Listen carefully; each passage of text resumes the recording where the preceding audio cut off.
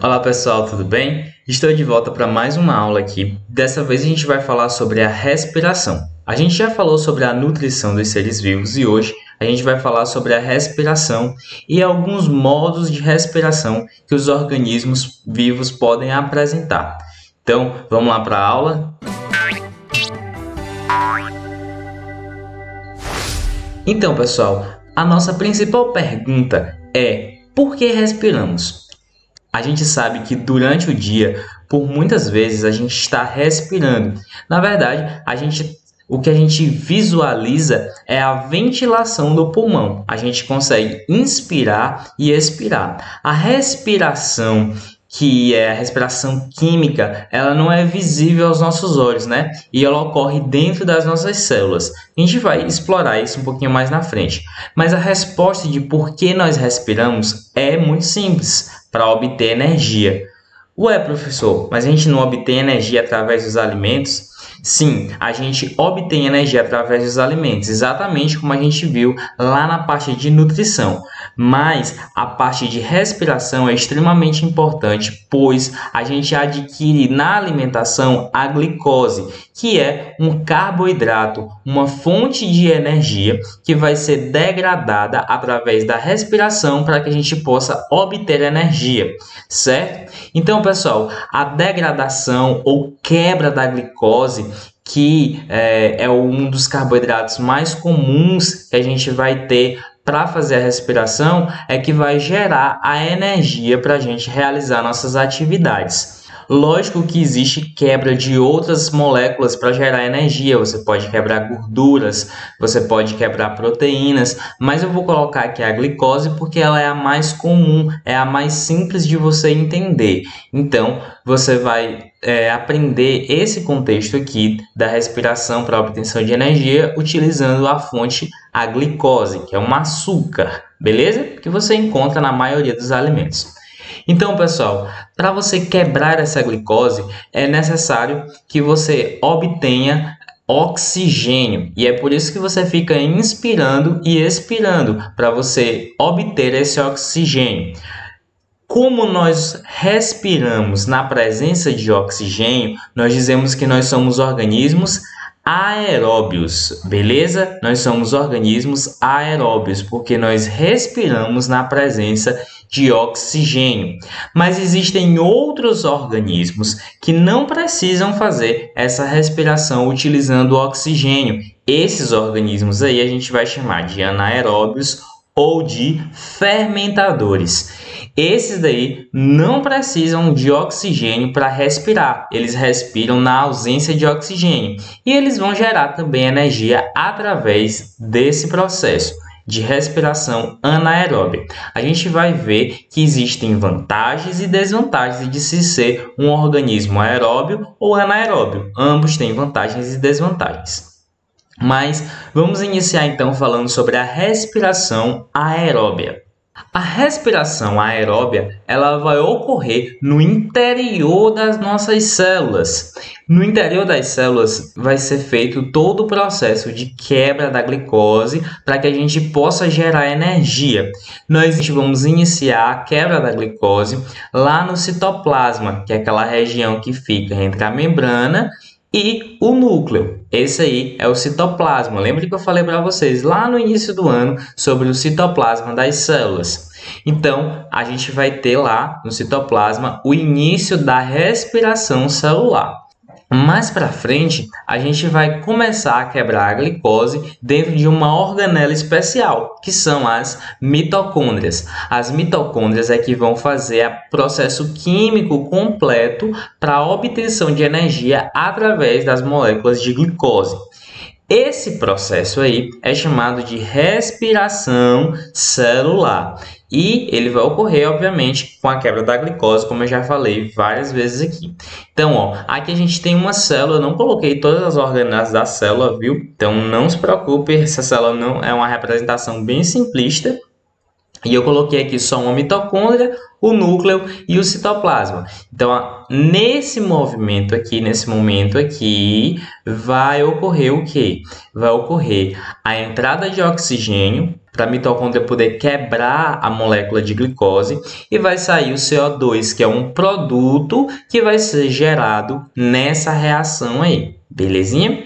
Então, pessoal, eu falei para vocês que existia uma vantagem e uma desvantagem. A vantagem é que é mais eficiente, a quantidade de energia produzida em uma respiração aeróbia é muito grande em comparação à quantidade de energia produzida em uma respiração anaeróbia.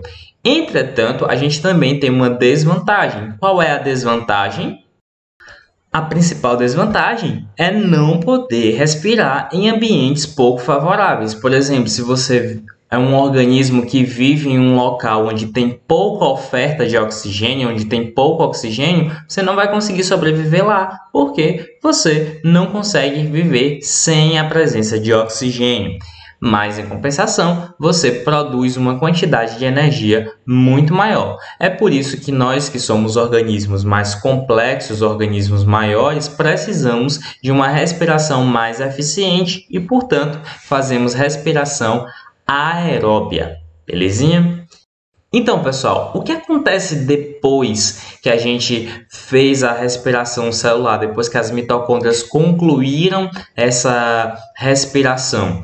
Bom, a energia que foi produzida pelas mitocôndrias, elas vão ser utilizadas para as atividades celulares, atividades de digestão, atividades de movimentação, locomoção, para você movimentar seus músculos, para você piscar seus olhos, para você pensar, tudo vai utilizar a energia que foi produzida pelas mitocôndrias.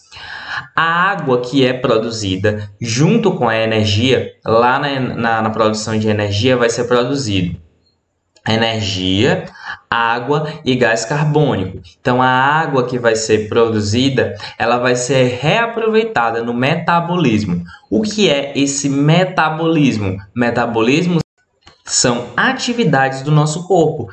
O corpo ele precisa realizar diversas atividades, como digestão, como a própria respiração, né, a ventilação pulmonar. Tudo isso depende de energia e depende de água também. O seu corpo precisa de água para sobreviver. E o CO2 ele vai ser liberado no ambiente. Quando você inspira oxigênio, você expira o gás carbônico. Passando então para mais um ponto. Eu falei para vocês que alguns organismos não precisavam fazer a respiração na presença de oxigênio. Esses organismos vão ser chamados de anaeróbios. Então, quando tem pouco ou nenhum oxigênio, organismos que não precisam desse oxigênio podem fazer a sua respiração tranquilamente. São chamados os organismos anaeróbios. Eles são fermentadores. Esses organismos fermentadores aí têm uma vantagem. Eles conseguem respirar em locais que são pouco favoráveis. Por exemplo, em ambientes aquáticos muito profundos onde não tem oxigênio, eles podem fazer a respiração anaeróbia, ou em outros locais que são mais inóspitos, né? Em locais de altas altitudes, a gente também pode ter organismos que são anaeróbios. Então, a desvantagem desse tipo de respiração é a baixa produtividade energética. A quantidade de energia que vai ser produzida nesse tipo de respiração é muito pequena em relação à quantidade de energia que vai ser produzida em uma respiração aeróbica. Mas esses organismos são muito simples, os organismos que fazem esse tipo de respiração são bem simples, então eles têm uma necessidade energética bem menor do que organismos complexos. Então, eles conseguem sobreviver fazendo esse tipo de respiração. A respiração anaeróbia ou fermentação, ela já é utilizada há muitos anos pela humanidade. A gente utiliza esse processo de fermentação na produção de diversos alimentos, como por exemplo, queijo, iogurte, coalhada. Esses alimentos aí são produzidos a partir da fermentação do leite e são chamados de laticínios. O queijo, a coalhada, o iogurte, todos eles são feitos com base em organismos que são anaeróbios. Esses organismos aí podem ser fungos ou bactérias que fazem esse tipo de respiração, que fazem fermentação. Então a gente utiliza esses organismos para fermentar o leite e fazer então esses alimentos que são consumidos para a gente. Também são utilizados fungos para fazer pães, né? Os pães que a gente come todo dia de manhã, eles são feitos com base em um processo de fermentação. A fermentação do pão, ele é feito por uma levedura, que é um tipo de fungo chamado Saccharomyces cerevisiae. E esse fermento aí também é chamado de fermento biológico. Você encontra ele, inclusive, no supermercado para você comprar. Outro tipo de alimento que também é feito com base em fermentação são os vinhos e as cervejas. O vinho ele é feito com base na fermentação da uva e a cerveja é feita com base na fermentação da cevada. Algumas cervejas também são feitas com fermentação de milho. Aqui no Brasil é muito comum que a cerveja seja fermentada a partir do milho. Então é uma outra forma de conseguir a cerveja. Então a fermentação da uva e a fermentação da cevada, eles têm como resultado o álcool, por isso que são bebidas alcoólicas. No pão, a gente também tem a produção de álcool durante a fermentação do pão, mas você nunca vai ficar bêbado comendo pão, porque na hora de assar o pão, o álcool vai evaporar. Então não se preocupe que você nunca vai ficar bêbado comendo pão. Pessoal, agora aqui para fechar a aula, eu só quero que vocês compreendam uma coisa: não confundam respiração celular com respiração mecânica. A respiração celular é um processo que ocorre dentro das nossas células para produzir energia. Então, lá nas mitocôndrias vai haver a quebra da glicose para fazer a energia que a gente vai utilizar para realizar as atividades do nosso corpo. Já a respiração mecânica, ela ocorre nas vias respiratórias e nos órgãos respiratórios, que dependendo do organismo podem ser pulmões, podem ser brânquias, podem ser traqueias, enfim, pode ser um monte de órgãos que vão ser utilizados aí para fazer a troca gasosa, trocar oxigênio e gás carbônico com o ambiente.